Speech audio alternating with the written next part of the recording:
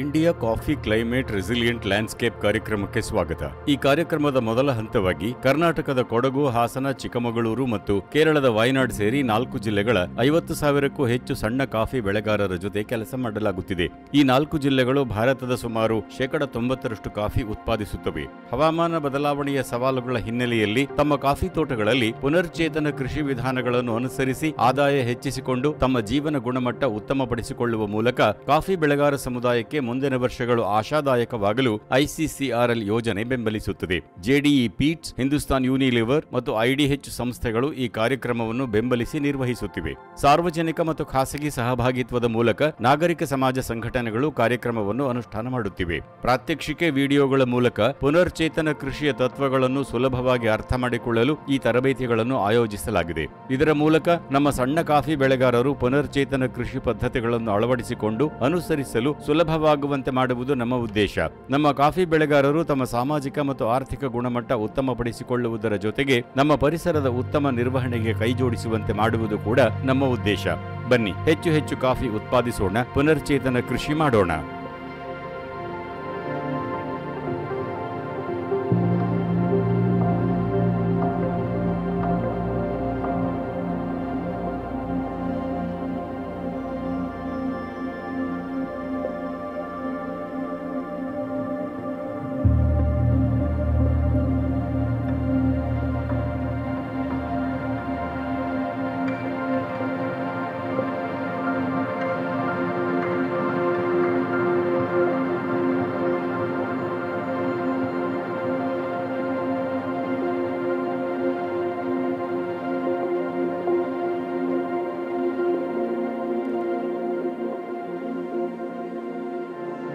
ನನ್ನ ಹೆಸರು SK ಗೋವಿಂದೇಗೌಡ ಅಂತ, ಕಳಲೆ, ಸಕಲೇಶಪುರ ತಾಲೂಕು, ಯಶ್ಲೂರು ಹೋಬಳಿ, ಹಾಸನ ಜಿಲ್ಲೆ. ಸರ್, ನಾನು ಸುಮಾರು ಒಂದು 7-8 ಎಕರೆ ತೋಟ ಇಟ್ಕೊಂಡಿದ್ದೀನಿ. ಆಮೇಲೆ ಗದ್ದೆ ಒಂದು 4 ಎಕರೆ ಇದೆ. ಭತ್ತ ಬೇಸಾಯ ಮಾಡ್ತೀನಿ. ಕಾಫಿ ಮತ್ತು ಕಾಳುಮೆಣಸು ಮಾಡ್ಕೊಂಡು, ಬಾಳೆ, ಕಿತ್ತಲೆ ಇನ್ನಿತರ ಬೇಸಾಯ ಮಾಡ್ಕೊಂಡು ಹೋಗ್ತಾಯಿದ್ದೀನಿ. ಸರ್, ನಾನು ಇಲ್ಲಿ ಚಂಗಡಳ್ಳಿ FPO ರೈತ ಉತ್ಪಾದಕ ಕಂಪ್ನಿ ರುದ್ರಗಿರಿ ಅಲ್ಲಿ ಡೈರೆಕ್ಟ್ರಾಗಿ ಕೆಲಸ ಮಾಡ್ತಾಯಿದ್ದೀನಿ 3-4 ವರ್ಷದಿಂದ. ಆಮೇಲೆ VSSN ಹೊಸೂರಲ್ಲಿ 5 ವರ್ಷ ಸೇವೆ ಮಾಡಿದ್ದೀನಿ. ಸಕಲೇಶಪುರದಲ್ಲಿ 5 ವರ್ಷ ಸೇವೆ ಮಾಡಿದ್ದೀನಿ TAPC MS ಅಲ್ಲಿ. ಹಿಂಗೆ ಮಾಡ್ಕೊಂಡು ಹೋಗ್ತಾಯಿದ್ದೀನಿ ಸರ್. ರೈತರಿಗೆ ಬೇಕಾದಂಥದ್ದು ಸೊಪ್ಪು ಬಳಸಿ ಗೊಬ್ಬರ ಮಾಡ್ಕೋಬೋದು ಸರ್. ಸೊಪ್ಪು ಬಳಸಿ ಗೊಬ್ಬರ ಮಾಡ್ಕೋಬೋದು. ಆರ್ಗಾನಿಕ್ ಆಗಿ ಕಾಫಿ ಹೊಟ್ಟು ಬಳಸಿ, ಕೊಟ್ಟಿಗೆ ಗೊಬ್ಬರ ಬಳಸಿ ಒಂದು 5 ದನ ಇಟ್ಕೊಂಡಿದ್ದೀನಿ ಸರ್. ಕೊಟ್ಟಿಗೆ ಗೊಬ್ಬರಕ್ಕೋಸ್ಕರ ಹಾಲು ಕುಡಿತೀವಿ ಅದರಲ್ಲೇ. ಬನ್ನಿ ರೈತರೆ, ಕಾಂಪೋಸ್ಟನ್ನ ಯಾವ ರೀತಿ ಹಂತ ಹಂತವಾಗಿ ಉಪಯೋಗಿಸ್ಬೋದು, ಮಾಡ್ಕೋಬೋದು, ಅದನ್ನು ತಿಳ್ಕೊಳ್ಳೋಣ ಬನ್ನಿ ರೈತರೆ. ಮತ್ತು ನಮ್ಮಂಥ ಸಣ್ಣ ಪುಟ್ಟ ರೈತರಿಗೆ ತುಂಬ ಅನುಕೂಲವಾದ ಮಾಹಿತಿ ಇದು, ಅದನ್ನು ತಿಳ್ಕೊಳ್ಳೋಣ ಬನ್ನಿ. ಕಾಂಪೋಸ್ಟ್ ಮಾಡೋದಕ್ಕೆ ಸರ್ ಕಾಫಿ ಹೊಟ್ಟು ಮತ್ತು ತಿಪ್ಪೆ ಗೊಬ್ಬರ ಬೇಕು. ಆಮೇಲೆ ಹಸಿರೆಲೆ ಗೊಬ್ಬರ, ಹಸಿರೆಲೆ ಸೊಪ್ಪು ಮತ್ತು ಒಣ ಎಲೆ, ಆಮೇಲೆ ಸರ್ ಮಣ್ಣು, ಇಷ್ಟನ್ನು ಬಳಸಿ ಸಾವಯವ ಗೊಬ್ಬರ ಮಾಡ್ತೀವಿ. ಇದೆಲ್ಲ ಮಿಕ್ಸ್ ಮಾಡ್ತೀವಿ. ಇದೆಲ್ಲ ಮಿಕ್ಸ್ ಆದಮೇಲೆ ಸರ್ ಇದು 6 ತಿಂಗಳು ತಗೊಳುತ್ತೆ ಕಾಂಪೋಸ್ಟ್ ಆಗೋದಕ್ಕೆ. ಅದಕ್ಕೆ ಟ್ರೈಕೋಡರ್ಮ ಎಲ್ಲ ಬಳಸಿದರೆ 3 ತಿಂಗಳಲ್ಲಿ ಬರುತ್ತೆ, ಬೆಳೆಗೆ ಹಾಕ್ತೀವಿ ಸರ್. ಇದೆಲ್ಲ ಬಳಸೋದ್ರಿಂದ 6 ತಿಂಗಳು ತಗೊಳುತ್ತೆ. ಕಾಂಪೋಸ್ಟ್ ಕಲ್ಚರ್ ಬೆಳೆಸೋದ್ರಿಂದ 3 ತಿಂಗಳಲ್ಲಿ ಕಾಂಪೋಸ್ಟ್ ಆಗುತ್ತೆ.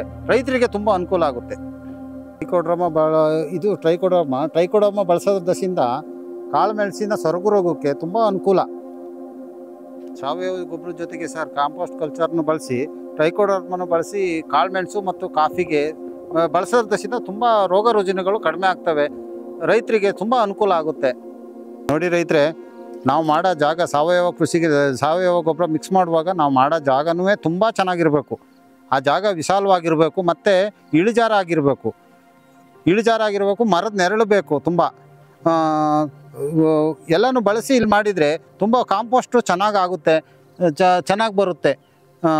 ಇಳಿಜಾರಿದ್ದರೆ ಮಳೆಗಾಲದಲ್ಲಿ ನೀರು ನಿಂತರೆ ಅದು ಕಾಂಪೋಸ್ಟು ಸರಿ ಬರೋದಿಲ್ಲ. ಮತ್ತು ಅದರಲ್ಲಿ ಸಾವಯವ ಅಂಶ ಕೊಚ್ಚಿ ಹೋಗುತ್ತೆ ನೀರಲ್ಲಿ.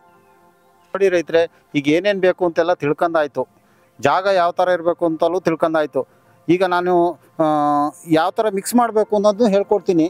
ಕಾಫಿ ಸಿಪ್ಪೆ, ಕಾಫಿ ಹೊಟ್ಟು ಮತ್ತು ಕೊಟ್ಟಿಗೆ ಗೊಬ್ಬರ ಕೊಟ್ಟಿಗೆ ಗೊಬ್ಬರನೂ ಹಾಕೊಂತೀವಿ. ಆಮೇಲೆ ಕಾಡು ಮಣ್ಣನ್ನು ಹಾಕೊಂತೀವಿ ಜೊತೆಗೆ. ಆಮೇಲೆ ಸೊಪ್ಪು, ತೋಟದಲ್ಲೇ ಸಿಗೋಂಥ ಸೊಪ್ಪು ಮತ್ತು ಹಸಿರೆಲೆ ಗೊಬ್ಬರನೂ ತೋಟದಲ್ಲೇ ಸಿಗುತ್ತೆ. ಇದನ್ನು ಹಾಕೊಂಡು ಟ್ರೈಕೋಡರ್ಮಾ ಮತ್ತು ಕಾಂಪೋಸ್ಟ್ ಕಲ್ಚರ್ನೂ ಹಾಕೊಂಡು ಮಿಕ್ಸ್ ಮಾಡಿ 3 ತಿಂಗಳು ಬಿಟ್ಟು ತೋಟಕ್ಕೆ ಹಾಕಿದರೆ ತುಂಬ ಉಪಯುಕ್ತವಾಗುತ್ತೆ.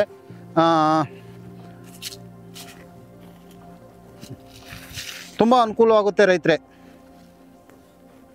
ಮಿಕ್ಸ್ ಮಾಡಿ 3 ತಿಂಗಳಿಟ್ಟು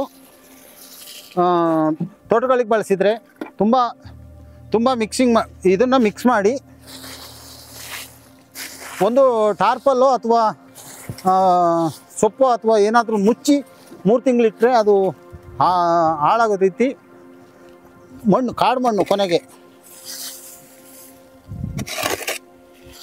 ಮಿಕ್ಸ್ ಮಾಡಿ ಇಟ್ಟು 3 ತಿಂಗಳು ಬಿಟ್ಟು ತೋಟಕ್ಕೆ ಬಳಸಿದರೆ ತುಂಬ ಒಳ್ಳೆಯದು. ನೋಡಿ ರೈತರೆ, ಚಿಕ್ಕ ಪ್ರಮಾಣದಲ್ಲಿ ಇಲ್ಲಿ ಮಿಕ್ಸ್ ಮಾಡಿ ತೋರಿಸಿದ್ದೀನಿ, ಎಲ್ಲರಿಗೂ ಅರ್ಥ ಆಗೋ ರೀತಿಲಿ. ಇದನ್ನೇ ದೊಡ್ಡ ಪ್ರಮಾಣದಲ್ಲಿ ನಾನು ಮಾಡಿದ್ದೀನಿ ಇಲ್ಲಿ. ಅದನ್ನು ಮಿಕ್ಸ್ ಮಾಡೋದು ಯಾವ ಥರ ಅಂತ ತೋರಿಸ್ತೀನಿ. 2 ವಾರ 3 ವಾರಕ್ಕೊಂದ್ಸರಿ ತೇವಾಂಶ ಇರೋಂಗೆ ಈ ಥರ ಮಿಕ್ಸ್ ಮಾಡಬೇಕು. ಮಿಕ್ಸ್ ಮಾಡಿದ ಮೇಲೆ ನಿಧಾನಗತಿಯಲ್ಲಿ ನೀರು ಕೊಡಬೇಕು, ತೆಳುವಾಗಿ. ಅದು ಕೊಚ್ಚಿ ಹೋಗಬಾರ್ದು ನೀರು. ಆಮೇಲೆ ಟಾರ್ಪಲ್ಲು ಅಥವಾ ಹಸಿರೆಲೆ ಸೊಪ್ಪನ್ನು ಮುಚ್ಚಿದರೆ ನೀಟಾಗಿ ಕಾಂಪೋಸ್ಟ್ ಆಗುತ್ತೆ. ಅದನ್ನು ತೋಟಗಳಿಗೆ ಬಳಸಿದರೆ ತುಂಬ ಅನುಕೂಲ ಆಗುತ್ತೆ. ನೋಡಿ ರೈತರೆ, ಇದುವರೆಗೂ ಏನೇನಾಯಿತು ಅಂತ ನೋಡಿದ್ರಿ. ಸಾವಯವ ಗೊಬ್ಬರನ ಯಾವ ಥರ ಮಾಡಬೇಕು, ಯಾವ ಥರ ಮುಚ್ಚಿಡಬೇಕು, ಯಾವ ಥರ ಮಿಕ್ಸ್ ಮಾಡಬೇಕು, ಅದರಲ್ಲಿ ಏನೇನು ಬರುತ್ತೆ ಅಂತೆಲ್ಲ ತಿಳ್ಕೊಂಡಾಯಿತು. ಇವಾಗ ಹಾಕೋ ಸಮಯ 3 ತಿಂಗಳಾಗೈತೆ. ರಂಜಕ, ಪೊಟಾಸು, ಕ್ಯಾಲ್ಸಿಯಂ ಎಲ್ಲ ಮಿಕ್ಸ್ ಆಗೈತೆ. ಮಣ್ಣಿನ ಸುಧಾರಣೆನೂ ಚೆನ್ನಾಗಿ ಬರುತ್ತೆ, ಇದರಲ್ಲಿ ಒಳ್ಳೆ ಇಳುವರಿ ಬರುತ್ತೆ. ನೋಡಿ ರೈತರೆ, ಇದುವರೆಗೂ ಏನೇನಾಯಿತು ಅಂತೆಲ್ಲ ನೋಡಿದ್ರಿ. ಯಾವ ಥರ ಮಿಕ್ಸ್ ಮಾಡೋದು, ಮಣ್ಣಿನ ಸುಧಾರಣೆ ಎಲ್ಲನೂ ನೋಡಿದ್ರಿ. ಈಗ ಗೊಬ್ಬರನೂ ಹಾಕಾಯಿತು. ಆಮೇಲೆ ರೈತರೆ, ಒಂದು ರೋಬಸ್ಟ ಗಿಡಕ್ಕೆ 10 kg ಹಾಕಬೇಕು. 1 ಎಕರೆಗೆ 2 ಟನ್ ಹಾಕಬೇಕು. ಅರೇಬಿಕಾ ಗಿಡಕ್ಕೆ 5 kg ಹಾಕಬೇಕು. ಆವಾಗ ಮಣ್ಣಿನ ಸುಧಾರಣೆನೂ ಚೆನ್ನಾಗಿ ಬರುತ್ತೆ, ಇಳುವರಿನೂ ಚೆನ್ನಾಗಿ ಬರುತ್ತೆ ರೈತರೆ. ಇಷ್ಟು ಹೇಳ್ತಾ ನಾನು ಮಾತು ಮುಗಿಸ್ತೀನಿ.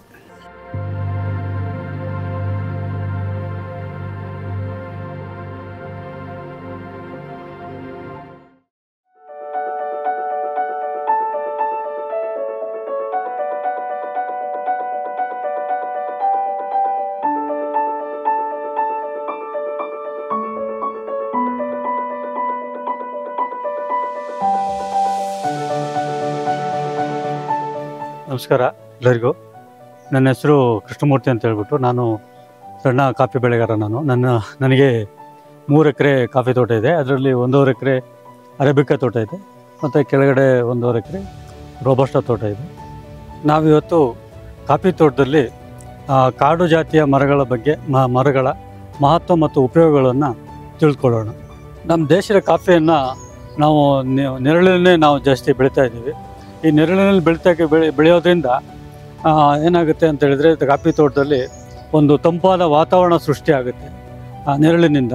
ಮತ್ತು ಈ ಭೂಮಿಯ ಒಂದು ಏನು ತೇವಾಂಶ ಹಿಡಿದಿಟ್ಕೊಳ್ಳುತ್ತೆ.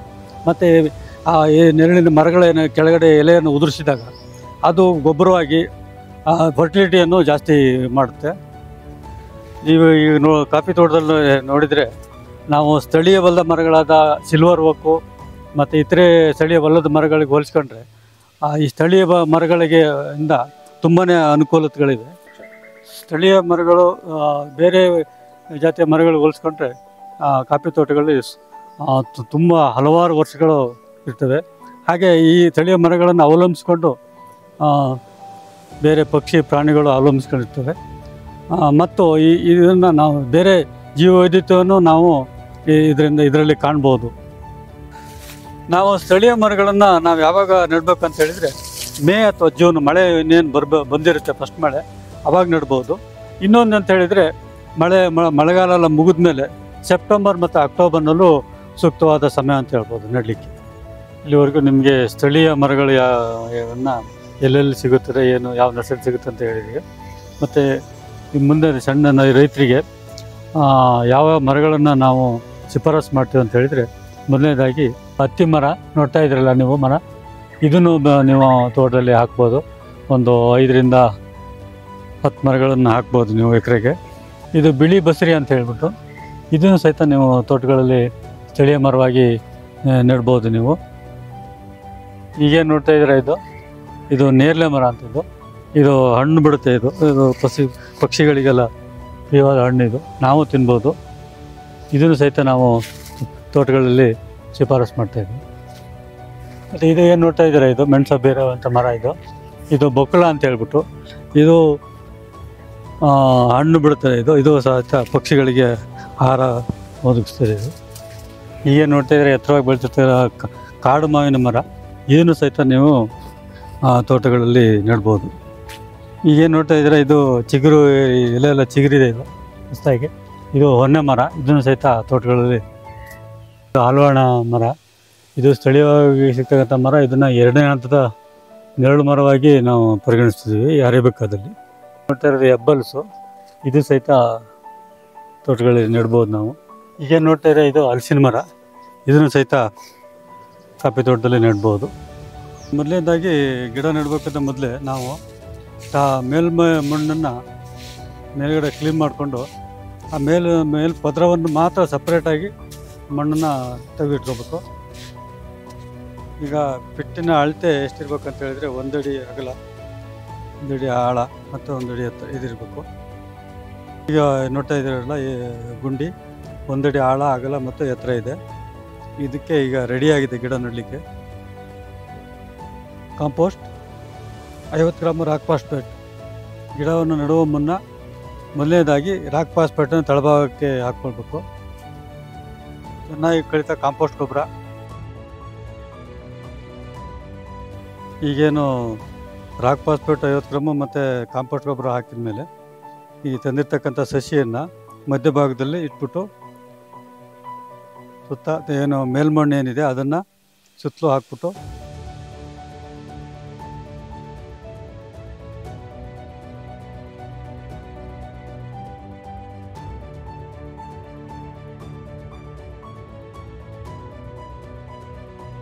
ಗಿಡವನ್ನು ನೆಟ್ಟಾದ್ಮೇಲೆ ನೀರು ಹಾಕ್ಬಿಟ್ಟು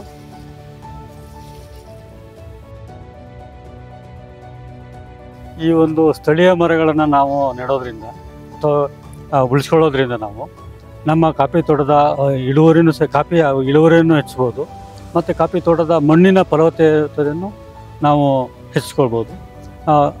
ಮತ್ತು ಈ ಏನು ಕಾಫಿ ತೋಟದ ವಾತಾವರಣ ಇದೆ ಅದನ್ನು ನಾವು ಉತ್ತಮಪಡಿಸ್ಕೊಳ್ಬೋದು. ನಾನು ಎಲ್ಲರಿಗೂ ಧನ್ಯವಾದಗಳನ್ನು ಅರ್ಪಿಸ್ತೀನಿ.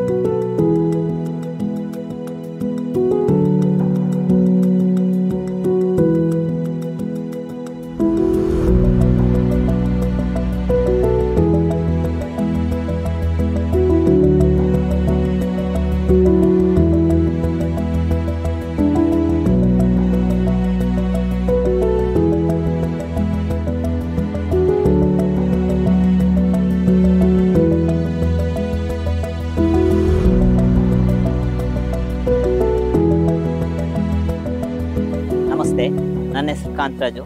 ದೆಬ್ಬೆಗದ್ದೆ, ಸಕಲೇಶಪುರ ತಾಲೂಕು, ಹಾನಬಾಳು ಹೋಬಳಿ. ಇಲ್ಲಿ ನಾನು ಒಬ್ಬ ರೈತನಾಗಿದ್ದೇನೆ. ನಾನು ಒಂದು ಹನಿ ರೈತ ಆಸಕ್ತ ಗುಂಪು ಅಂತೇಳಿ ಅದರಲ್ಲಿ ಸಹ ಒಂದು ಮೆಂಬರ್ ಆಗಿದ್ದೇನೆ. ತುಂಬ ವರ್ಷದಿಂದ ನಾವು ಈ ಕೃಷಿನ ಮಾಡ್ಕೊಂಡು ಬರ್ತಾ ಇದ್ದೀವಿ. ಇದರಲ್ಲಿ ನಮಗೇನು ಅಂತಂದರೆ, ನನಗೆ ತುಂಬ ಕಮ್ಮಿ ಜಾಗ ಇದ್ದಿದ್ದು. ನಂದು ಆ್ಯಕ್ಚುಲಿ ಎಷ್ಟಿದೆ ಅಂತಂದರೆ 1 ಎಕರೆ ತೋಟ ಇದೆ, 1-2 ಎಕರೆ ಗದ್ದೆ ಇದೆ. ಮತ್ತು ಅಕ್ಕಪಕ್ಕದದ್ದು ಒಂದು ಸ್ವಲ್ಪ ಲೀಸಿಗೆಲ್ಲ ತಗೊಂಡು ತೋಟನ ಮಾಡ್ಕೊಳ್ತಾ ಇದ್ದೀನಿ. ಇದ್ರ ಜೊತೆಗೆ ನನಗೇನು ಅನ್ನಿಸ್ತು ಅಂತಂದರೆ, ನಾನು ಸಮಗ್ರ ಕೃಷಿಲಿ ಯಾವ ಥರ ಮುಂದೆ ಬರಬೇಕು ಅಂಥೇಳಿ ಒಂದು ಸ್ವಲ್ಪ ನನಗೆ ಆ ಕಡೆ ಈ ಕಡೆ ಮತ್ತು ಕೃಷಿ ಮೇಳಗಳು, ಕೃಷಿ ಇಲಾಖೆಯಲ್ಲೆಲ್ಲ ಸಂಪರ್ಕ ಮಾಡಿದಾಗ ನನಗೆ ಒಂದೇನು ಅಂತಂದರೆ, ಸಮಗ್ರ ಕೃಷಿ ಮಾಡಿದರೆ ನಾನು ಇರೋಂಥ ಜಾಗದಲ್ಲೇ ನಾನು ಜೀವನ ಮಾಡ್ಬೋದು ಅಂತೇಳಿ ತಿಳ್ಕೊಂಡೆ. ಅದರಲ್ಲಿ ಒಂದು ಪಾರ್ಟ್ ಏನು ಮಾಡಿದೆ ಅಂತಂದರೆ, ಹನಿನ ನಾನು ಸೆಲೆಕ್ಟ್ ಮಾಡ್ಕೊಂಡೆ. ನಮ್ಮ ಹಿಂದಿನ ಪುರಾತನ ಕಾಲದಿಂದಲೂ, ನಮ್ಮ ಅಜ್ಜಿ ಕಾಲದಿಂದಲೂ ತುಂಬ ಜೇನು ಸಾಕ್ತಾಯಿದ್ರು. ಅದು ಒಂದು ನನಗೆ ಪ್ಲಸ್ ಆಗಿತ್ತು. ಅದ್ರ ಜೊತೆಗೆ ನಾವು ಇದನ್ನು ಮಾಡ್ಕೊಂಡು ಹೇಗೆ ಮಾಡ್ಬೋದು ಅಂತೇಳಿ ಒಂದು ಸ್ವಲ್ಪ ಆಲ್ಟರ್ನೇಟಾಗಿ ಮಾಡ್ಕೊಂಡು ಹನಿನ ತುಂಬ ಚೆನ್ನಾಗಿ ಮಾಡ್ಕೊಂಡು ಬರ್ತಾ ಇದ್ದೀನಿ.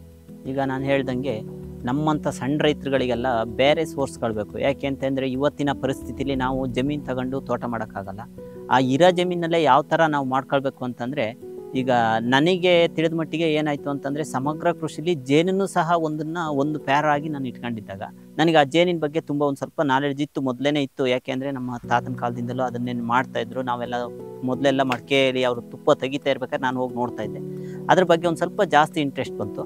ಹಾಗಾಗಿ ನಾನು ಆ ಜೇನನ್ನು ನಾನು ತಗೊಂಡೆ. ಯಾಕೆ ಅಂತಂದರೆ ಜೇನಿಗೆ ಜಾಗ ಬೇಡ ಒಂದು, ಆಮೇಲೆ ಹೆಚ್ಚಿಗೆ ರಿಸ್ಕ್ ಇಲ್ಲ. ಎಲ್ಲೋ ಒಂದು ನಮಗೆ ಇರೋಂಥ ಜಾಗದಲ್ಲೇ ಸಹ ಅದರಲ್ಲಿ ಒಂದು ಅಪಾರ್ಟ್ಮೆಂಟ್ ಬೇಕಿಲ್ಲ, ಏನಿಲ್ಲ, ಇರೋಂಥ ಜಾಗದಲ್ಲೇ ಮಾಡ್ಕೋಬೋದು ಅನ್ನಿಸ್ತು. ಹಾಗಾಗಿ ನಾನು ಏನು ಮಾಡಿದೆ, ಅದು ಜೇನನ್ನು ಸೆಲೆಕ್ಟ್ ಮಾಡ್ಕೊಂಡೆ.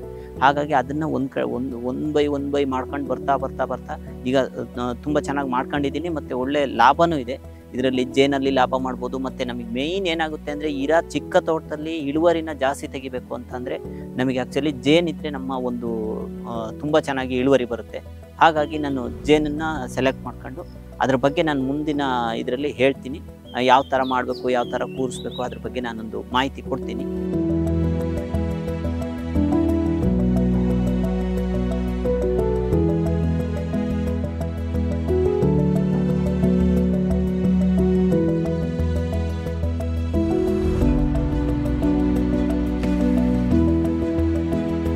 ಮೊದಲೇ ಹೇಳ್ದಂತೆ ಜೇನನ್ನು ಸಾಕ್ಬೋದು ಅಂತ ಹೇಳಿದೆ. ಯಾವ ಥರ ಸಿಚುವೇಶನ್ ಬೇಕು, ಅದಕ್ಕೆ ಯಾವ ಥರ ಪರಿಸರ ಬೇಕು ಅನ್ನೋದ್ರ ಬಗ್ಗೆ ಈಗ ಒಂದು ಸ್ವಲ್ಪ ಹೇಳ್ತೀನಿ. ನೋಡಿ, ಇಲ್ಲಿ ನೀವು ನೋಡ್ತಾ ಇರೋಂಗೆ ಹೆಂಗೆ ಅಂದರೆ, ಜೇನು ಪೆಟ್ಟಿಗೆನ ಇಡಬೇಕಾದ್ರೆ ನಾವು ಫಸ್ಟು ಸೆಲೆಕ್ಟ್ ಮಾಡ್ಕೋಬೇಕು ಯಾವ ಥರ ಜಾಗ ಅಂತ. ಒಂದು, ಅದಕ್ಕೆ ಒಂದು ಸ್ವಲ್ಪ ಜಾಸ್ತಿ ನೆರಳಿರಬೇಕು, ಕನಿಷ್ಠ ಅಂದರೆ 75% ನೆರಳಿರಲೇಬೇಕು. ಆಮೇಲೆ ಎರಡನೇದಾಗಿ ಔಷಧಿಗಳಿಂದ, ರಾಸಾಯನಿಕ ಗೊಬ್ಬರಗಳಿಂದ ತುಂಬ ಒಂದು ಸ್ವಲ್ಪ ದೂರ ಇದ್ದರೆ ಒಳ್ಳೆಯದು. ಆಮೇಲೆ ಮತ್ತೆ ಮೂರನೇದಾಗಿ ಏನಾಗುತ್ತೆ ಅಂದರೆ, ಒಂದು ಸ್ವಲ್ಪ ಅವಕ್ಕೆ ನೀರಿನ ಅವಶ್ಯಕತೆ ಇರೋದ್ರಿಂದ ನೀರು ಸಹ ಒಂದು ಸ್ವಲ್ಪ ದೂರ, ಒಂದು ಅರ್ಧ ಕಿಲೋಮೀಟ್ರ್ ಒಳಗಡೆ ಸಿಗೋ ಅಂಥ ಜಾಗ ಬೇಕು. ಆಮೇಲೆ ನಾಲ್ಕನೇದಾಗಿ ಅವಕ್ಕೆ ಹೂವಿನ ಗಿಡಗಳು ತುಂಬ ಯಥೇಚ್ಛವಾಗಿರೋ ಅಂಥ ಜಾಗ ಬೇಕು. ಅಟ್ಲೀಸ್ಟ್ ಮನೆ ಹತ್ರ ಹೂವಿನ ಗಿಡ ಇದ್ದರೂ ನಡೆಯುತ್ತೆ. ಆ್ಯಕ್ಚುಲಿ ಹೂವಿನ ಗಿಡ ಇದ್ದರೆ ತುಂಬ ಒಳ್ಳೆಯದು. ಆ ಥರ ಜಾಗನ ಸೆಲೆಕ್ಟ್ ಮಾಡ್ಕೋಬೇಕು. ನಾವು ಫಸ್ಟು ಜೇನು ಇಡ್ತೀವಿ ಅಂತಂದರೆ ಜಾಗನ ಮೇಯ್ನು ಸೆಲೆಕ್ಟ್ ಮಾಡೋದು ತುಂಬ ಒಳ್ಳೆಯದು. ಆದಷ್ಟು ನೆರಳಿರೋ ಅಂಥ ಏರಿಯಾನ ಸೆಲೆಕ್ಟ್ ಮಾಡಿದರೆ ತುಂಬ ಒಳ್ಳೆಯದು. ನಾನೀಗ ಮೊದಲೇ ಹೇಳಿದೆ ನಿಮಗೆ ಯಾವ ಥರ ಜಾಗನ ಸೆಲೆಕ್ಟ್ ಮಾಡ್ಕೋಬೇಕು ಅಂತ. ಆಯಿತು, ಈಗ ಜಾಗ ಸೆಲೆಕ್ಟ್ ಮಾಡಾಯಿತು. ಜಾಗ ಸೆಲೆಕ್ಟ್ ಆದಮೇಲೆ ಯಾವ ಥರ ಇನ್ಸ್ಟಾಲ್ ಮಾಡಬೇಕು ಅಂತೇಳಿ ನೋಡಿ. ಇದಕ್ಕೆ ಜೇನು ಪೆಟ್ಟಿಗೆ ಅಂತ ಹೇಳ್ತಾರೆ. ಇದು 6 ಕಡ್ಡಿ ಜೇನು ಪೆಟ್ಟಿಗೆ. ಇದರಲ್ಲಿ ವೆರೈಟಿ ಚೇಂಜ್ ಇರುತ್ತೆ. ನೋಡಿ, ಮೊದಲನೇದು ನೋಡಿ ಇಲ್ಲಿದೆ ಕೆಳಗಡೆ, ಇದು ತಳ ಹಲಿಗೆ. ಯಾವತ್ತು ತಳೆ ಹಲಿಗೆನ ಕ್ಲೀನ್ ಇರಬೇಕು. ನೋಡಿ, ಇದು ತಳೆ ಹಲಿಗೆ ಆಗಿರುತ್ತೆ.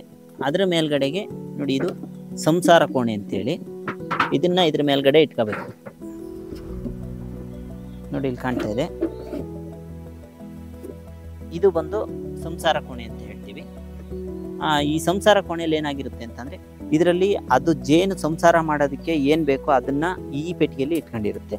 ಅದರ ಮೇಲ್ಗಡೆ ನಮಗೆ ನೋಡಿ, ನಾವು ಜೇನು ತೆಗಿತೀವಲ್ಲ, ಇದು ನಮಗೆ ಇದರಲ್ಲಿ ಏನಿರುತ್ತೆ ಅಂದರೆ, ನಾವು ಆ್ಯಕ್ಚುಲಿ ಅದರಿಂದ ಹೆಚ್ಚಾಗಿದ್ದ ಜೇನನ್ನು ಇದಕ್ಕೆ ಇನ್ಸ್ಟಾಲ್ ಮಾಡುತ್ತೆ.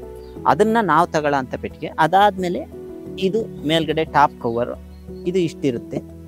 ಇದಾದ ತಕ್ಷಣ ನಮಗೇನಾಗುತ್ತೆ ಅಂದರೆ, ಇದು ದಾರನ ನಾವು ಕಟ್ಟಿ ಯಾವಾಗಲೂ ಬಿಗಿ ಬಂದೋಬಸ್ತಲ್ಲಿ ಇಟ್ಕೊಂಡಿರ್ಬೇಕು.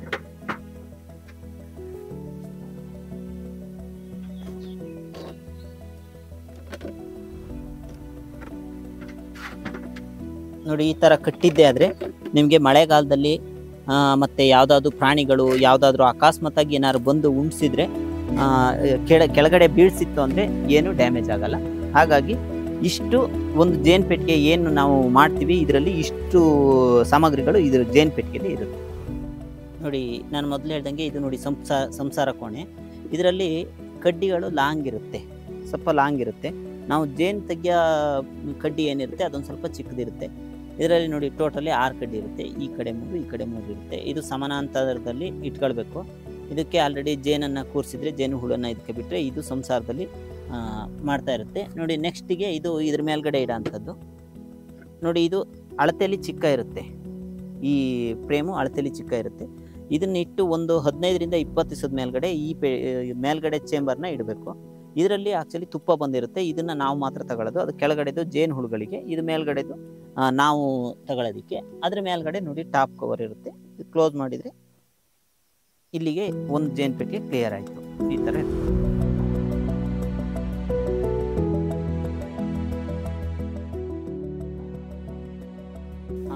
ಈಗ ನಾವು ಜೇನ್ ಪೆಟ್ಟಿಗೆ ಯಾವ ಥರ ಇಡಬೇಕು, ಪ್ಲೇಸ್ ಯಾವ ಥರ ಆಯ್ಕೆ ಮಾಡ್ಕೋಬೇಕು ಇದೆಲ್ಲ ಹೇಳಾದ್ಮೇಲೆ ಈಗ ಒಂದು ಎಕರೆ ಜಾಗಕ್ಕೆ ಎಷ್ಟು ಪೆಟ್ಟಿಗೆನ ಇನ್ಸ್ಟಾಲ್ ಮಾಡ್ಬೋದು, ಅದಕ್ಕೆ ಎಷ್ಟು ಕಾಸ್ಟ್ ಆಗುತ್ತೆ ಅನ್ನೋ ಅದ್ರ ಬಗ್ಗೆನೂ ತಿಳ್ಕೊಬೇಕಲ್ಲ. ಯಾಕೆ ಅಂತಂದರೆ ದುಡ್ಡಿಗಾಗಿ ನಾವು ಯಾವುದೇ ಒಂದು ಬೆಳಿತೀವಿ, ಯಾವುದೇ ಒಂದು ಮಾಡ್ತೀವಿ ಅಂದರೆ ದುಡ್ಡಿಗಾಗಿ ಮಾಡ್ತಿರ್ತೀವಿ. ಹಾಗಾಗಿ ಎಷ್ಟು ಖರ್ಚು ಬರುತ್ತೆ ಅಂತ ನೋಡಿ. ಈ ಥರ ಒಂದು ಪೆಟ್ಟಿಗೆನ ನಾವು ತಗೊಳ್ತೀವಿ ಅಂದರೆ 3700ರಿಂದ 4000 ರೂಪಾಯಿ ಒಂದು ಪೆಟ್ಟಿಗೆ ಖರ್ಚಾಗುತ್ತೆ. ಹೆಚ್ಚು ಕಮ್ಮಿ 1 ಎಕರೆ ರೋಬಸ್ಟ ತೋಟ ಅಲ್ಲ 1 ಎಕರೆ ಜಾಗ ಇದೆ ಅಂತಂದರೆ ಒಂದು 4ರಿಂದ 5 ಬಾಕ್ಸ್ ಬೇಕು. 4 ಬಾಕ್ಸ್ ಇಡ್ತೀನಿ ಅಂದರೆ ಒಂದು 16ರಿಂದ 18,000ವರೆಗೂ ಖರ್ಚಾಗುತ್ತೆ. ಆ ಥರದ್ದನ್ನ ನಾವು ಒಂದ್ಸರಿ ಇನ್ಸ್ಟಾಲ್ ಮಾಡ್ಕೊಂಡ್ರೆ ಅದರಲ್ಲಿಂದ ಲಾಭನೂ ತಗೋಬೋದು. ಅದನ್ನು 1 ವರ್ಷಕ್ಕೆ ಆ ದುಡ್ಡನ್ನು ನಾವು ತಂದಾಯಿತು. ಆಮೇಲೆ ಜೇನನ್ನು ಎಲ್ಲಿ ಯಾವ ವೆದರ್ ಇಟ್ಬೇಕು ಅಂತ ಆಯಿತು. ಅದಾದಮೇಲೆ ಜೇನು ಪೆಟ್ಟಿಗೆ ಬಗ್ಗೆನೂ ಮಾಹಿತಿ ತಿಳ್ಕೊಂಡ್ವಿ. ಈಗ ಅದಾದ ತಕ್ಷಣ ಬರೀ ಪೆಟ್ಟಿಗೆ ತಗೊಂಡ್ರಾಗಲಿಲ್ಲ, ಅದಕ್ಕೆ ನಮ್ಮ ಸೆಕ್ಯೂರಿಗೆ ಏನೇನು ಬೇಕು, ಜೇನು ತೆಗಿಯೋದಕ್ಕೆ ಏನು ಬೇಕು, ಜೇನು ಪೆಟ್ಟಿಗೆನ ಸೆಲೆಕ್ಟ್ ಮಾಡ್ಕೊಳ್ಳೋಕ್ಕೆ, ಅಲ್ಲ ಜೇನು ಪೆಟ್ಟಿಗೆನ ಕ್ಲೀನ್ ಮಾಡೋಕ್ಕೆ ಏನೇನು ಬೇಕು ಅಂತೇಳಿ ಅದ್ರ ಬಗ್ಗೆ ಒಂದು ಸ್ವಲ್ಪ ನೋಡಿ. ಇದು ಮುಖಪರದೆ ಅಂತ ಹೇಳ್ತೀವಿ. ಇದಿದೆಯಲ್ಲ, ಇದು ಮುಖಪರದೆ. ಇದನ್ನು ನಾವೇನಾದರೂ ಜೇನುಗಳು ತುಂಬ ಕಚ್ಚುತ್ತಾ ಇದ್ದಾವೆ ಅಂದಾಗ, ಫಸ್ಟ್ ಸ್ಟಾರ್ಟ್ ಮಾಡ್ತೀವಿ ಅಂದಾಗ ನೋಡಿ ಇದನ್ನು ನಾನು ಈ ಥರ ಹಾಕೊಳ್ಬೇಕು.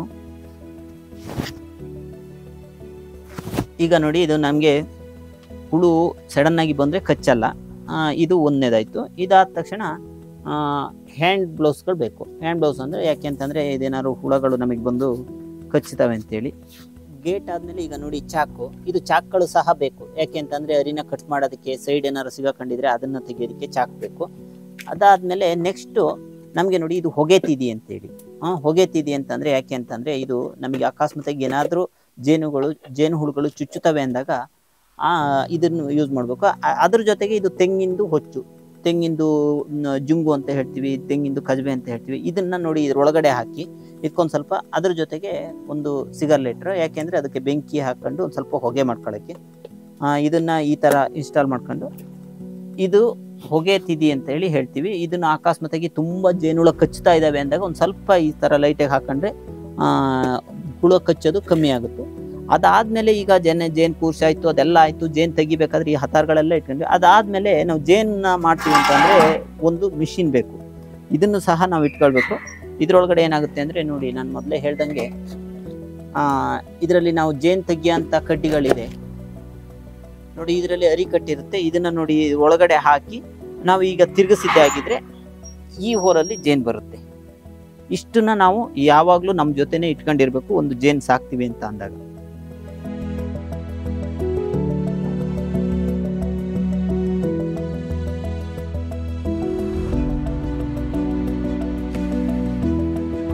ನಾನು ಮೊದಲೇ ಹೇಳ್ದಂಗೆ ಈಗ ಪೆಟ್ಟಿಗೆ ಆಯಿತು, ಪೆಟ್ಟಿಗೆ ತಂದಾಯಿತು, ಇಟ್ಟಾಯಿತು. ಈಗ ಅದಾದಮೇಲೆ ಈಗ ಒಂದು 2.5 ತಿಂಗಳು ನಾನು ಪೆಟ್ಟಿಗೆ ತಂದು 2.5 ತಿಂಗಳು ಆಯಿತು. ಆಮೇಲೆ ಒಂದ್ಸರಿ ನಾವು ನೋಡಬೇಕು ಅಷ್ಟು ಆಲ್ರೆಡಿ ಯಾವ ಥರ ಕೆಲಸ ಮಾಡಿರುತ್ತೆ ಏನು ಅಂತೇಳಿ.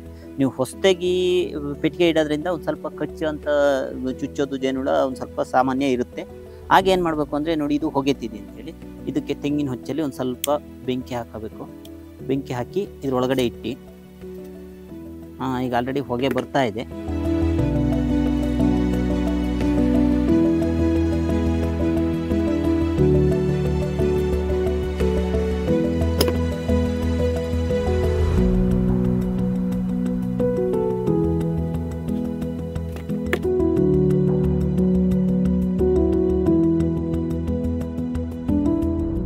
ನೋಡಿ, ಸ್ವಲ್ಪ ಈ ಥರ ಹೊಗೆ ಕೊಟ್ಟರೆ ಅದು ಕಚ್ಚೋದನ್ನ ಕಮ್ಮಿ ಮಾಡುತ್ತೆ.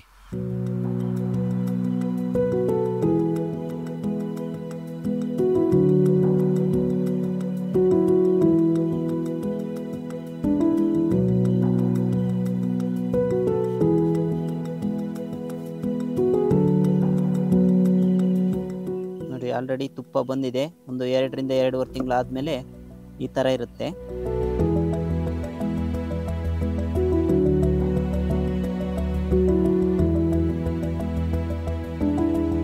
ನೋಡಿ, 2.5 ತಿಂಗಳಾದಮೇಲೆ ನೋಡಿ ಈ ಥರ ತುಂಬ ತುಪ್ಪ ಇರುತ್ತೆ.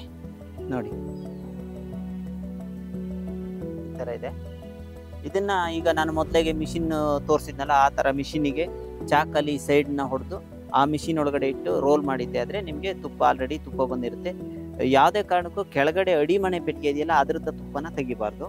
ಇದು ನೋಡಿ, ನೀವು ನೋಡಿದರೆ ಇದು ಹೆಚ್ಚು ಕಮ್ಮಿ ಅರ್ಧ kg ಬರುತ್ತೆ. ಒಂದು ಫ್ರೇಮಲ್ಲಿ ಅರ್ಧ kg ಅಂದರೆ 6 ಫ್ರೇಮ್ ಇರುತ್ತೆ. ಅಲ್ಲಿಗೆ ಹೆಚ್ಚು ಕಮ್ಮಿ 3 kg, 2.5ರಿಂದ 3 kg ಅಂತೂ ತುಪ್ಪ ಗ್ಯಾರಂಟಿ ಸಿಗುತ್ತೆ.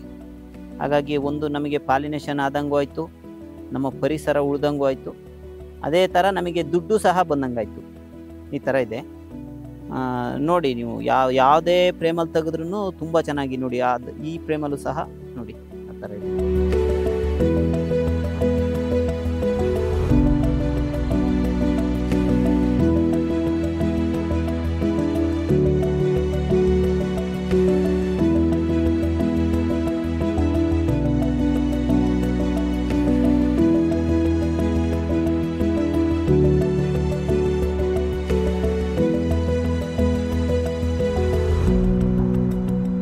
ಈಗ ಜೇನಿಂದ ಹೇಗೆ ಇಳುವರಿ ಜಾಸ್ತಿ ಆಗುತ್ತೆ ಅನ್ನೋದನ್ನ ತಿಳ್ಕೊಂಡ್ರಿ. ಈಗ ಇದನ್ನ ಹೇಗೆ ಹಾರ್ವೆಸ್ಟ್ ಮಾಡಬೇಕು ಅನ್ನೋದನ್ನ ಹೇಳ್ಕೊಡ್ತೀನಿ. ಈ ತರ ಜೇನ್ನ ಹರಿನ ಈ ತರ ಮಿಷಿನಲ್ಲಿ ಹಾಕೋಬೇಕು ಫಸ್ಟ್. ಈಗ ನಾವು ಜಾಸ್ತಿ ತೆಗ್ದಿಲ್ಲ ನಾವು, ಅದರಿಂದ ಒಂದನ್ನ ಹಾಕೊಂಡು ಎಕ್ಸಾಂಪಲ್ ತೋರಿಸ್ತೀನಿ.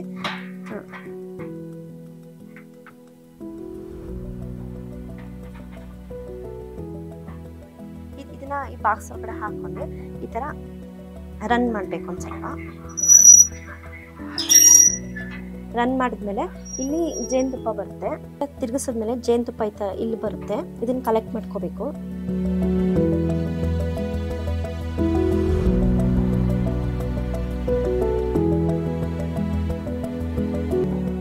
ಜೇನು ಅಂತ ಬಂದಾಗ ಏನಾಗುತ್ತೆ ಅಂತಂದರೆ, ಯಾರ್ಯಾರು ಪ್ರೋತ್ಸಾಹ ಮಾಡ್ತಾಯಿದ್ದಾರೆ ನಮಗೆ ಗೌರ್ಮೆಂಟ್ ಅಂತೂ ತುಂಬ ಉಪಯೋಗ ಮಾಡ್ತಾಯಿದೆ. ಈಗೇನಾಗಿದೆ ಅಂತಂದರೆ ಮಧುವನ ಸ್ಕೀಮ್ ಅಂತ ಹೇಳಿ ಕೊಡ್ತಾ ಇದೆ, ಮತ್ತು ತೋಟಗಾರಿಕೆ ಇಲಾಖೆಗಳಲ್ಲಿ ಕೆಲವೊಂದೆಲ್ಲ ತರಬೇತಿಗಳು ಕೊಡ್ತಾ ಇದೆ. ತುಂಬ ಗೌರ್ಮೆಂಟಿಂದ ಜೇನನ್ನು ಉಳಿಸಿ ಅಂತೇಳಿ ತುಂಬ ಪ್ರೋಗ್ರಾಮ್ಗಳಾಗ್ತಿದ್ದಾವೆ. ಅದರಲ್ಲಿ ಏನಾಗ್ತಾಯಿದೆ ಅಂದರೆ ನಮ್ಮಂಥ ಸಣ್ಣ ರೈತಗಳೆಲ್ಲ ಇದನ್ನು ಸದುಪಯೋಗ ಪಡ್ಕೊಳ್ಬೇಕು. ಯಾಕೆಂತಂದರೆ ನಾವು ಯಾವುದೋ ಒಂದು ಪ್ರೋಗ್ರಾಮಿಗೆ ಹೋಗ್ತಾ ಇರ್ತೀವಿ, ಅದರಲ್ಲೂ ಜೇನು ಅಂತ ಬಂದಾಗ ನಾವು ಒಂದು ಹೆಜ್ಜೆ ಮುಂದಿಟ್ಟು ಹೋಗಿ ಅದರದ್ದು ಏನಿದೆ ಏನು ಎಂತು ಅಂತೇಳಿ ನಾವು ಅದರ ಉಪಯೋಗ ಪಡ್ಕೋಬೇಕು. ಈಗ ಅದೇ ಥರ ನೋಡಿ ನಮ್ಮದು ICRL ಅಂತ ಒಂದು ಇದನ್ನು ಮಾಡಿದ್ದಾರೆ. ಅದರಲ್ಲೂ ಸಹ ನಮಗೆ ತುಂಬ ಉಪಯೋಗ ಮಾಡ್ತಿದ್ದಾರೆ. ಊರಲ್ಲೊಬ್ಬರು ರೈತರನ್ನ ಗುರುತಿಸಿ ಅವನಿಗೆ ಒಂದು ಪ್ರೋತ್ಸಾಹ ಮಾಡಿ, ಒಂದು ಜೇನು ಪೆಟ್ಟಿಗೆ ಸಾಕೋದು ಯಾವ ಥರ ಏನು ಎಂತು ಅಂತ ಹೇಳಿ ಅದೆಲ್ಲನೂ ಸಹ ವಿವರಣೆ ಮಾಡಿ ಹೇಳಿ ಒಬ್ಬ ರೈತನ ರೈತನ ಕೈ ಮಾಡಬೇಕು ಅಂತ ಹೇಳಿ ಮಾಡ್ತಾಯಿದ್ದಾರೆ. ಅದೇ ಥರ ಈಗ ಊರಲ್ಲಿ ಅವನು ಒಬ್ಬ ರೈತನ ನೋಡಿಕೊಂಡು ಎಲ್ಲ ಉಳಿದವರೆಲ್ಲ ಸಹ ಅದೇ ಥರ ಮುಂದುವರ್ಸ್ಕೊಂಡು ಹೋಗಬೇಕು ಅಂತ ಹೇಳಿ ಪ್ರಯತ್ನಗಳಾಗ್ತಾಯಿದೆ. ನಾವು ಅದರ ಸದುಪಯೋಗ ಪಡ್ಕೊಳ್ಳೋಣ. ಯಾಕೆಂತಂದರೆ ನಾವು ಹಿಂಗೆ ಇದ್ದರೆ ಮುಂದಿನ ಪೀಳಿಗೆಗೆ ಏನೂ ಇಲ್ದಂಗೆ ಆಗುತ್ತೆ. ಅಟ್ಲೀಸ್ಟ್ ಒಂದು ಜೇನುಳನಾರು ಬದುಕಿಸಿ ನಮ್ಮದೊಂದು ಕೃತಜ್ಞತೆ ತೋರಿಸ್ಬೋದು ಅಂತ ಹೇಳಿ.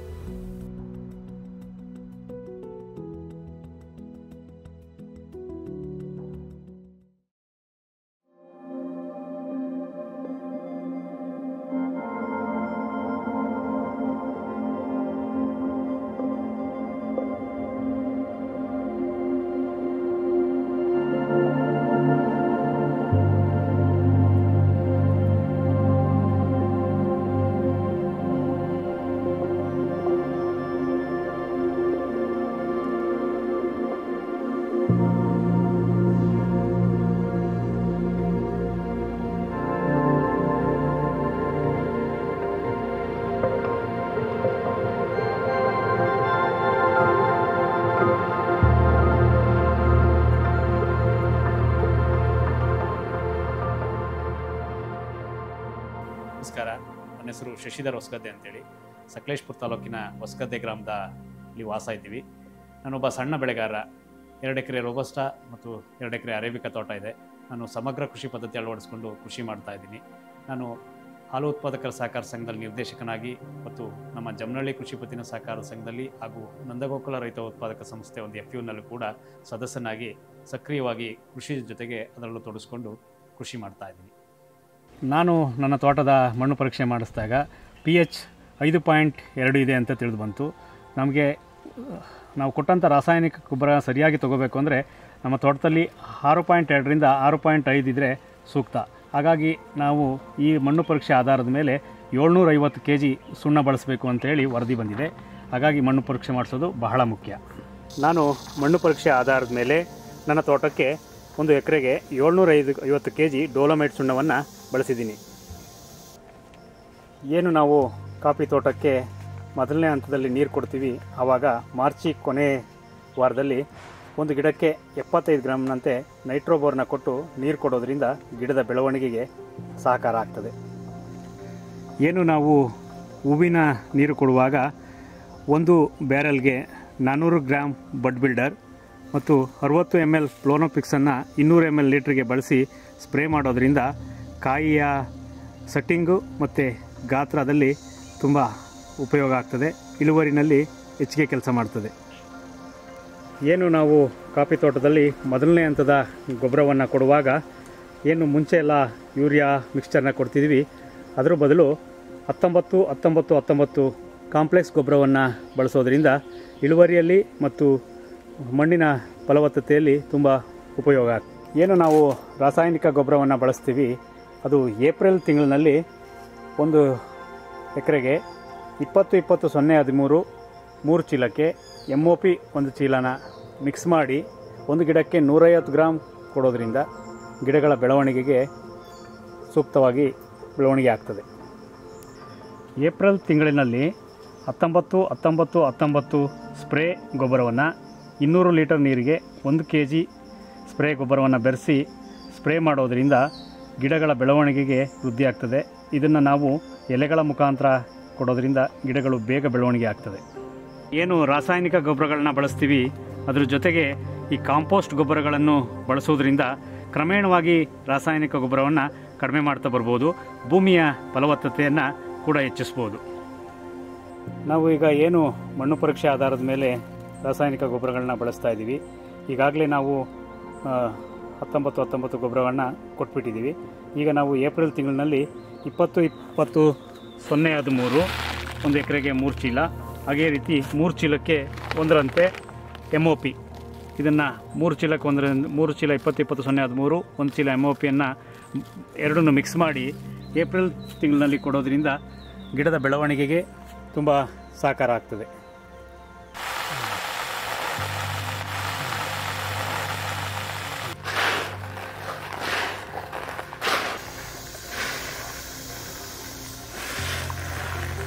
ನಾವು ಏನು ಇದುವರೆಗೂ ರಾಸಾಯನಿಕವನ್ನು ವರ್ಷಕ್ಕೆ 2-3 ರೌಂಡ್ ಕೊಡ್ತಾ ಇದ್ದೀವಿ, ಅದ್ರ ಬದಲು ಅಷ್ಟೇ ಪ್ರಮಾಣನ 5-6 ರೌಂಡ್ ಕೊಡೋದ್ರಿಂದ ಗಿಡಗಳಿಗೆ ಆ ಹಂತದಲ್ಲಿ ಆ ತಿಂಗಳಿನಲ್ಲಿ ಕೊಟ್ಟಾಗ ಅದು ತಗೊಳ್ಳೋದಕ್ಕೆ ತುಂಬ ಸಹಕಾರಿಯಾಗ್ತದೆ.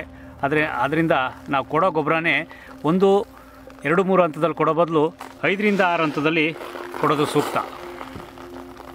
ನಾವೇನು ಗೊಬ್ಬರ ಕೊಡೋದಕ್ಕೆ ಪ್ರಾರಂಭ ಮಾಡ್ತೀವಿ ಅದಕ್ಕೆ ಮುಂಚೆ ಗಿಡದ ಬುಡವನ್ನು ಸ್ವಲ್ಪ ಕಳೆ ಅದನ್ನೆಲ್ಲ ಸ್ವಲ್ಪ ಈ ರೀತಿ ಕ್ಲೀನ್ ಮಾಡ್ಕೋಬೇಕು. ಕ್ಲೀನ್ ಮಾಡಿಕೊಂಡು ಒಂದು ಗಿಡಕ್ಕೆ 150 ಗ್ರಾಮ್ನ ಈ ರೀತಿ ಗಿಡದ ಸುತ್ತ ಈ ರೀತಿ ಕೊಡೋದು ಸೂಕ್ತ.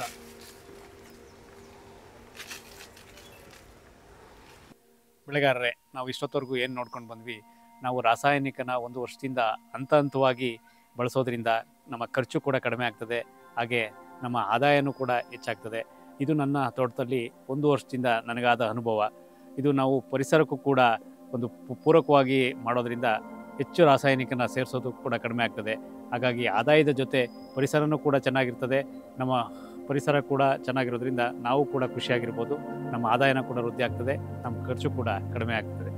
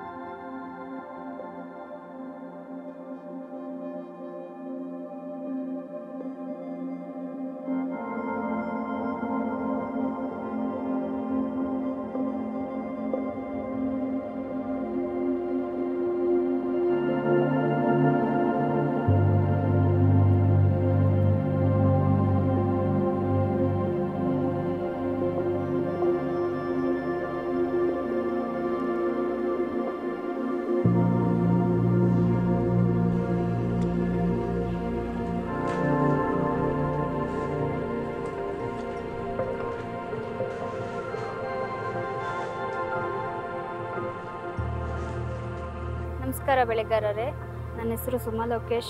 ನಮ್ಮೂರು ಉಡೂರು, ಸಕಲೇಶಪುರ ತಾಲೂಕು. ನಾನೀಗೊಂದು 8 ವರ್ಷದಿಂದ ಕಾಫಿ ಕೃಷಿನ ಮಾಡ್ಕೊಂಡಿದ್ದೀನಿ. ಅದು ಒಂದು ಅರಬಿಕಾ ಮತ್ತು ರೋಬಸ್ಟಾ 2 ಬೆಳೆಗಳು ಇದೆ. ಮತ್ತು ನಾನು ಅದರಲ್ಲಿ ಒಂದಷ್ಟು ಮೆಣಸು ಕೂಡ ಬೆಳೆದಿದ್ದೀನಿ. ನಂದಗೋಕುಲ FP1 ನಿರ್ದೇಶಕಿಯಾಗಿ ಕೂಡ ಕೆಲಸ ಮಾಡ್ತಾಯಿದ್ದೀನಿ. ಚೆನ್ನಾಗಿ FP1 ಮುಂದುವರಿತಾ ಇದೆ. ಬೆಳೆಗಾರರೇ, ಇವತ್ತು ನಾವು ನೀರಿನ ನಿರ್ವಹಣೆ ಬಗ್ಗೆ ಮಾಹಿತಿಯನ್ನು ಕೊಡೋಕೆ ಹೊರಟಿದ್ದೀವಿ. ಒಂದು ತೊಟ್ಟಿಲು ಗುಂಡಿ ಮಾಡೋದ್ರಿಂದ ನಿರ್ವಹಣೆ ಯಾವ ರೀತಿ ತೋಟ ನಿರ್ವಹಣೆ ಮಾಡ್ಬೋದು ಅನ್ನೋದ್ರ ಬಗ್ಗೆ, ಹಸಿರು ಹೊದಿಕೆ ಹಾಕಿ ಯಾವ ರೀತಿ ತೋಟ ನಿರ್ವಹಣೆ ಮಾಡ್ಬೋದು ಅನ್ನೋದ್ರ ಬಗ್ಗೆ ನಿಮಗೆ ಮಾಹಿತಿ ಕೊಡೋಕೆ ಹೊರಟಿದ್ದೀವಿ. ಈಗಾಗಲೇ ನಾನು ಹೇಳ್ದಂಗೆ ಯಾವ ರೀತಿ ನಾವು ತೊಟ್ಟಿಲು ಗುಂಡಿ ಮಾಡಬೇಕು ಅನ್ನೋದ್ರ ಬಗ್ಗೆ ಮಾಹಿತಿ ಕೊಡ್ತೀನಿ. ಅದರಿಂದ ಪ್ರಯೋಜನ ಏನು ಅನ್ನೋದ್ರ ಬಗ್ಗೆ ತಿಳ್ಕೊಳ್ಳೋಣ. ನಾನು ಈಗಾಗಲೇ ಹೇಳ್ದಂಗೆ ತೊಟ್ಟಿಲು ಗುಂಡಿ ಈ ರೀತಿ ಮಾಡಬೇಕಾಗುತ್ತೆ ನೋಡಿ. ಇದು ಈಗ ಏನು ಮಾಡಬೇಕು ಅಂತಂದರೆ 3 ಅಡಿ ಅಗಲ ಇರಬೇಕಾಗುತ್ತೆ, ಉದ್ದ ಇರಬೇಕಾಗುತ್ತೆ, ಆಳ ಬಂದು 1.5 ಅಡಿ ಬರಬೇಕು, ಅಗಲ ಬಂದು 1 ಅಡಿ ಆಳ ಇರೋಷ್ಟು ತೆಗಿಬೇಕಾಗುತ್ತೆ. ಅದರಿಂದ ಬಂದಂಥ ಮಣ್ಣನ್ನು ಹೊರಗಡೆಗೆ ಹಾಕೋದ್ರಿಂದ ಪಕ್ಕದಲ್ಲಿ ಇರೋವಂಥ ಗಿಡಗಳಿಗೂ ಕೂಡ ಹೆಲ್ಪ್ ಆಗುತ್ತೆ. ಯಾಕಂದರೆ ಬಡ್ಡೆಗೆ ಮಣ್ಣು ಬೀಳುತ್ತೆ, ಒಳ್ಳೆಯದಾಗುತ್ತೆ. ಎರಡನೇದಾಗಿ ಏನು ಅಂದರೆ ನಾವು ನೀರು ನಿರ್ವಹಣೆ ಅಂತ ಈಗಾಗಲೇ ಹೇಳಿದ್ವಿ ಅಲ್ವಾ. ಆ ನೀರು ನಿರ್ವಹಣೆ ಮಾಡೋದಕ್ಕೆ, ನೀರಿನ ತೇವಾಂಶನ ಹಿಡಿದಿಟ್ಕೊಳ್ಳೋದಕ್ಕೆ ನಾವು ಈ ಒಂದು ನೀರ್ಗಾಲುವೆನ ಮಾಡಬೇಕಾಗುತ್ತೆ. ನೀರಿಗೆ ನಾವು ಕಟ್ಟಬೇಕಾಗುತ್ತೆ. ಈ ಥರ ಇನ್ನೊಂದು ವಿಷಯ ಏನಪ್ಪ ಅಂತಂದರೆ ತರಗು ಬೀಳುತ್ತೆ ಅಲ್ವಾ. ತರಗು ಬೀಳೋದ್ರಿಂದ ಅದು ಕಾಂಪೋಸ್ಟ್ ಗೊಬ್ಬರ ಆಗುತ್ತೆ. ಆ ಗೊಬ್ಬರನ 2 ವರ್ಷಕ್ಕೊಂದ್ಸತಿ ನಾವು ಗಿಡದ ಬಡ್ಡಿಗೆ ಹಾಕ್ಕೊಳ್ಳೋದ್ರಿಂದ ಹೆಚ್ಚೆಚ್ಚು ಗಿಡಕ್ಕೂ ಕೂಡ ಅದು ಗೊಬ್ಬರ ಆಗಿ ಕನ್ವರ್ಟ್ ಆಗುತ್ತೆ, ಯೂಸ್ ಆಗ್ತಾ ಇರುತ್ತೆ. ಹೀಗಾಗಿ ಈ ರೀತಿ ತೊಟ್ಲು ಗುಂಡಿ ಮಾಡಬೇಕಾಗುತ್ತೆ ನೋಡಿ. ಈ ತೊಟ್ಲು ಗುಂಡಿ ಅನ್ನೋದನ್ನು ಮಾಡಬೇಕಂತಂದರೆ ಈ ಅರೇಬಿಕಾ ತೋಟಗಳಲ್ಲಾದರೆ 300ರಿಂದ 400 ಗುಂಡಿ ಬರುತ್ತೆ. ರೋಬಸ್ಟಾ ತೋಟದಲ್ಲಿ ಮಾಡೋದಾದರೆ ಒಂದು 150ರಿಂದ 200 ತೊಟ್ಲು ಗುಂಡಿ ಬರುತ್ತೆ. ಇಷ್ಟೊತ್ತು ನಾನು ಹೇಳಿದೆ ಅಲ್ಲ, ಆವಾಗಲೇ ಹೇಳ್ದಂಗೆ ಇದು ಹಾಲೋಣ ಹಾಕೋದ್ರಿಂದ ಫಸ್ಟು ಬಿಸಿಲು ಕೂಡ ತಡೆಗಟ್ಬೋದು, ನಮಗೆ ತೋಟಕ್ಕೆ ಅನುಕೂಲ ಆಗುತ್ತೆ. ಎರಡನೇದಾಗಿ ಈಗ ನಾವು ಆಗಲೇ ಹೇಳ್ದಂಗೆ ಹಸಿರೆಲೆ ಗೊಬ್ಬರ ಆಗುತ್ತೆ ಅಂತ ಹೇಳಿದ್ವಿ. ಇನ್ನೊಂದು ಅದು ಹಸಿರೆಲೆ ಯಾವ ರೀತಿ ಬೆಳೆದು ಕಡ್ದು ಯಾವ ರೀತಿ ಹಾಕಬೇಕು ಅನ್ನೋದ್ರ ಬಗ್ಗೆ ಈಗ ನಾವು ಮಾಹಿತಿನ ಕೊಡ್ತಾ ಹೋಗ್ತೀವಿ. ನಾವು ಆಗಲೇ ಹೇಳ್ದಂಗೆ ಈಗ ಮೊದಲನೇ ಹಂತದಲ್ಲಿ ಕಡ್ದಿದ್ದೀವಿ ಹಾಲೋಣನ. ಈ ರೀತಿ ಸಣ್ಣದಾಗಿ ಕೊಚ್ಚಿ ಕೆಳಗೆ ಉಳಿದಿರೋ ಅಂಥ ಭೂಮಿಗೆ ಗಿಡದ ಬಡ್ಡಿಗೆ ಹಾಕೋಂಗಿಲ್ಲ, ಯಾಕಂದರೆ ಗೊಬ್ಬರ ಹಾಕ್ತೀವಿ, ಎಲ್ಲದಕ್ಕೂ ಹೆಲ್ಪ್ ಆಗಬೇಕಲ್ವ. ಮಧ್ಯದಲ್ಲಿ ಖಾಲಿ ಉಳಿದಿರೋ ಅಂಥ ಜಾಗಗಳಲ್ಲೆಲ್ಲ ಹಾಕೋದ್ರಿಂದ ನಮಗೆ ಒಂದು ಕಳೆ ನಿರ್ವಹಣೆನೂ ಕೂಡ ಆಗುತ್ತೆ, ಗೊಬ್ಬರ ಆಗಿ ಕೂಡ ಇದು ಕರಗಿ ಕನ್ವರ್ಟ್ ಆಗುತ್ತೆ. ಅದಕ್ಕೋಸ್ಕರ ಈ ರೀತಿ ಮಾಡ್ತೀವಿ. ನಾವು ಯಾಕೆ ಹಾಲೋಣನ ಯೂಸ್ ಮಾಡ್ತೀವಿ ಅಂತಂದರೆ ಈ ಎಲೆನೂ ಕೂಡ ಬೇಗ ಕರಗುತ್ತೆ.